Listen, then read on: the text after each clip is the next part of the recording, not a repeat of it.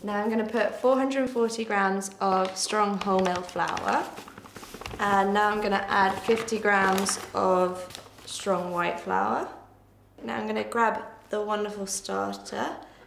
I'm going to put 150 grams in, and then the water, so it's 350 mils of water.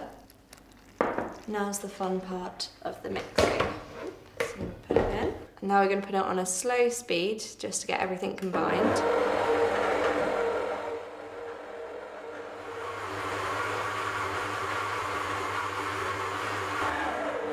Now we're going to see if the gluten's been worked. So we're going to grab a big blob of it, and what we're looking for, if the dough is stretchy enough, and I'm just going to stretch out and work it and see if we can start seeing the light through, which we can. There you go. If it starts making holes, then it just means that you have to put it on for mix on fast speed for a couple more minutes until you can get to that point. Okay, so now we're going to add the salt. So it's 2.5 teaspoons. So now on a medium speed for 3 minutes just to get the salt in. At the salt stage, when you put the salt in, I would put in your flavorings. So you could do a Christmas one with like cranberries and pecans, or you could do like a really healthy one with like seeds. In here I've got linseeds and sesame seeds and nigella, and I think that's a really good mixture. So now we're going to take the dough out of the machine. We're just going to leave it to prove now. It's going to take between 1.5 to maybe 3 hours, depending on how warm your room is and stuff. And we're going to cover it in a bit of flour, and this flour kind of is like a little blanket to kind of keep it a bit warm. Put a damp tea towel on and leave it to prove for about 1.5 hours, and then check on it after that.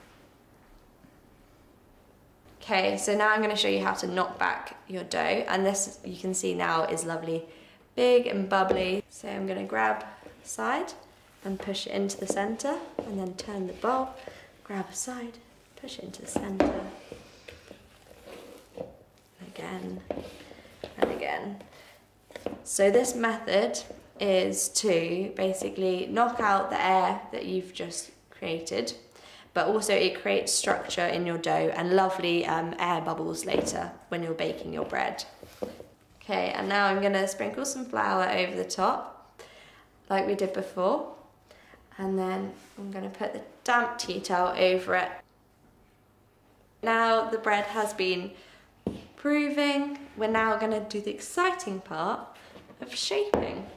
And we're going to shape it into a lovely ball. So what I'm going to do is get some flour and sprinkle it on the surface, and then I'm going to tip my dough out. Okay, so now we're just going to pat it out, fold it in on itself to kind of get a nice ball. I'm going to turn it over, and this is your outside of your bread. Now I'm going to sprinkle flour over my Benetton, get the bread and tip it over and pinch it all together. And then we're going to put our damp cloth over the top, and now I'm going to put it in the fridge overnight.